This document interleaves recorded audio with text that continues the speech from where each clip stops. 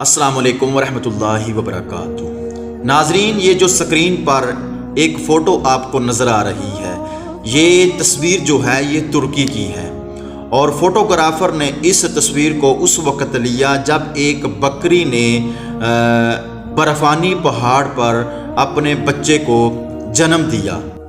اس بکری اور بکری کے بچے کو بچانے کے لیے، ان کی جان بچانے کے لیے، ایک دیہاتی لڑکی نے بکری کو اپنے کندھوں پر اٹھا لیا، اور اس لڑکی کے کتے نے، اس کے ساتھ ایک کتا بھی تھا، اس لڑکی کے کتے نے اس بکری کا جو بچہ تھا اس کو اپنے اوپر سوار کر لیا۔